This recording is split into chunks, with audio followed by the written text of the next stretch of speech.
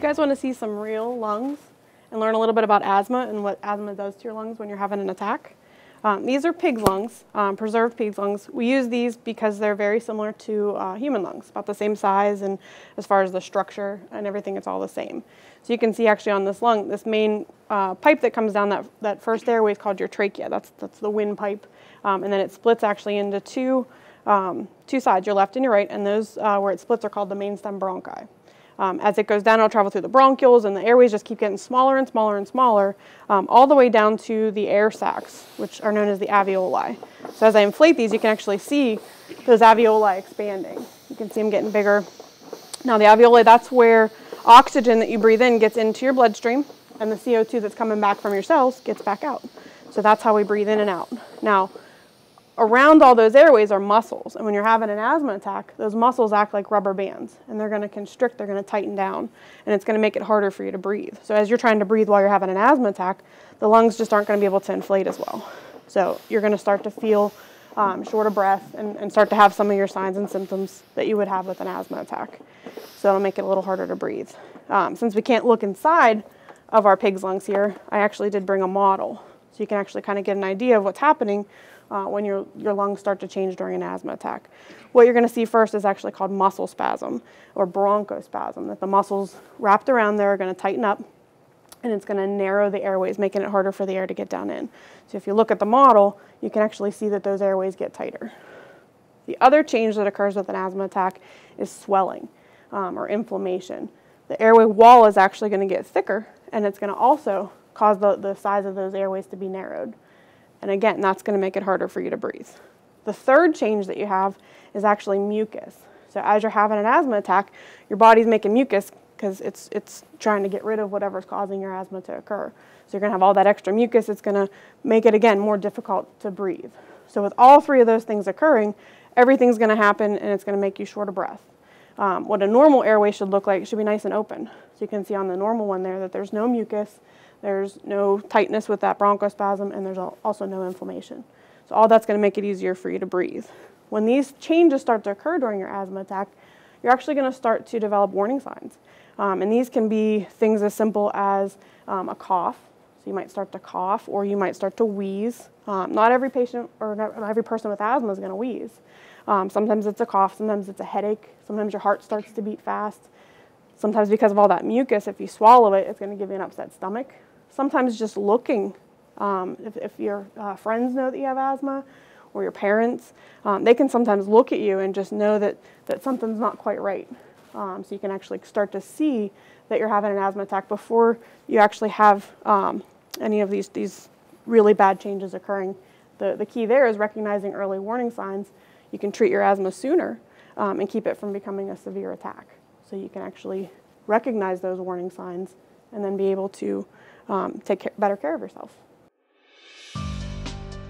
Remember, when you have an asthma attack, your airways change. The three changes include the muscles around the airways tighten, inside walls swell, and there's an increase of mucus. Know your early warning signs and record them in your asthma action profile.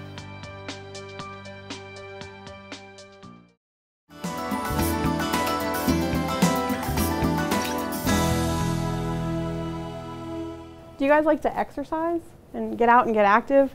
There's actually a really good tool that you can get from Breathe Pennsylvania called an asthma toolkit, and it's going to have some different things in it that are going to help you, especially as you're getting ready to graduate high school and go to college. You're going to be managing your asthma a little bit more on your own, so having tools so that you can help recognize when you're having trouble is going to help you take care of your asthma a little bit better. Some of the tools you're going to get are a spacer, which is going to help you take your medicine, and a peak flow meter. The peak flow meter is actually a tool that we use to see what's going on with your lungs, and you can actually start to recognize an asthma attack even before the symptoms occur. So using it on a routine basis is going to help you take better care of your asthma. Now what it does, like I said, it measures that expiratory flow. When you take a big deep breath in, you're going to blast it out. It's going to help you determine any constriction that's going on, any of that mucus or inflammation. And when you do this, the first step is actually determining what's normal for you. Everybody's lungs are different, and to figure out where your peak flow should be, it's going to be based on how tall you are, if you're a boy, if you're a girl, how old you are, So you have to first determine what's called your personal best number. And to do that, when you get your asthma toolkit, you actually will take your peak flow meter, and when you're not having any symptoms of your asthma, you will perform the peak flow meter in the morning and then again in the late afternoon. And each time you use your peak flow meter, you should use it 3 times. And then record the highest number that you're able to get when you do your peak flow. Once you determine your personal best, that's a number that you should review with your doctor. So after you've received your toolkit and you've used your peak flow meter and you're comfortable with it, you can talk to your doctor about your best number, and he can help you determine what's called your zone system. The zone system is basically going to allow you to see what's happening with the lungs as they're changing, and sometimes even before the symptoms. The zones are based on red, yellow, and green, and when you figure out what your number is, then you can figure out what your green zone is. If when you do your peak flow, if you're in your green zone, that means that whatever you're doing to manage your asthma is working properly, and you don't need to make any changes. So if you're taking your inhaler or your maintenance drugs, just keep doing what you're doing. You're good to go. If you're in your yellow zone, that's a caution. That means that maybe something is changing, and you have to remember there's all kinds of different things that can induce asthma. Exercise, allergens. So using your peak flow meter is going to let you figure out what's causing your asthma to occur. So if you happen to see it, around springtime, then you might know that you need things for your allergies and those kind of, if it happens to be when you're exercising, then that will let you know when you need to take your medications there as well. So the yellow is kind of just a good indicator that you need to make sure that you're taking care of yourself properly. If you're in your red zone, that lets you know that you're actively having an asthma attack, and that's a medical emergency. You want to step in and take care of yourself, get medical attention, get help. So you would want to do those different things, and that's why this becomes such a great tool to use, especially once you're on your own and have to manage your asthma by yourself. So to perform a peak flow, what you're actually going to do is you want to always make sure that the indicator is reset to 0. So you push it down here, and then you're going to stand up nice and tall. I'm going to have you do this here in a minute, and you can go ahead and sit there for a second. Push it down to 0, stand up nice and tall. Take as much air into your lungs as you can. Nice big deep breath. Make a nice tight seal on this mouthpiece here, and then you're going to blow out as hard and as fast as you can, like you're trying to blow out birthday candles right across the room. So big deep breath in and then blast it out. And then again, we'll do that 3 times. So if you want to go ahead and give it a try here, go ahead and stand up nice and tall. Reset your indicator.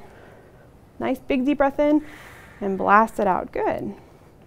Now on this next one, blow out a little bit faster. You want to really get that maximal push behind that so you can measure that fastest flow that you can achieve. So nice big deep breath in and blast it out. Good job.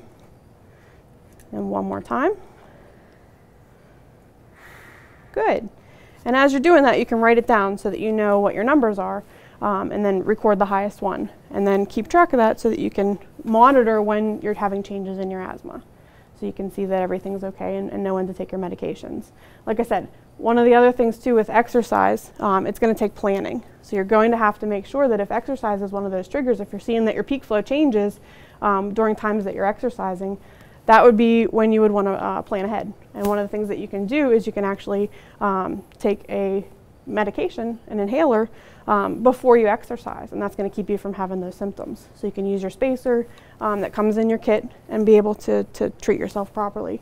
If you're exercising and using the inhaler and you're still having symptoms and you're still having changes in your peak flow, that would be a sign that you would need to talk to your doctor. And in those situations, maybe the inhaler alone before exercise isn't quite enough, and you might want to use different medications or different control to help alleviate those symptoms.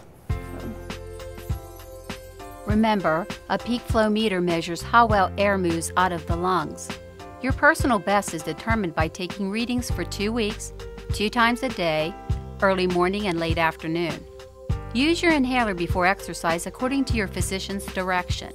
Consult your physician if symptoms persist.